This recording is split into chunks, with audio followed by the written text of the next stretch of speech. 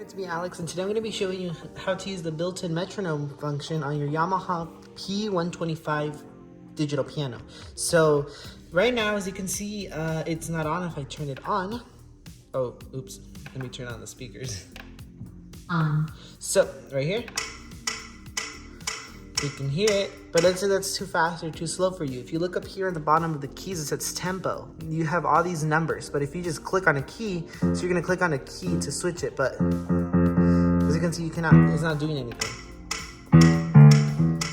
So to change the speed, let's say I want it at 100. You're gonna hold down the metronome button, and I'm gonna type 100 using the keys. So you can see, oops, 1, and then 0's right here, and there's 9 on the black keys. You need to make sure where you want it. So I'm gonna click on metronome, I'm gonna hold it down. I'm gonna click 1, 0.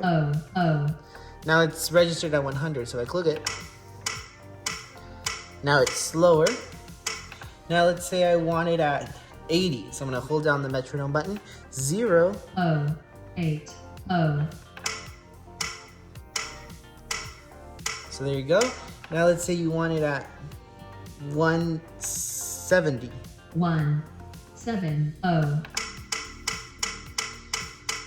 And this also changes the speed of the rhythm.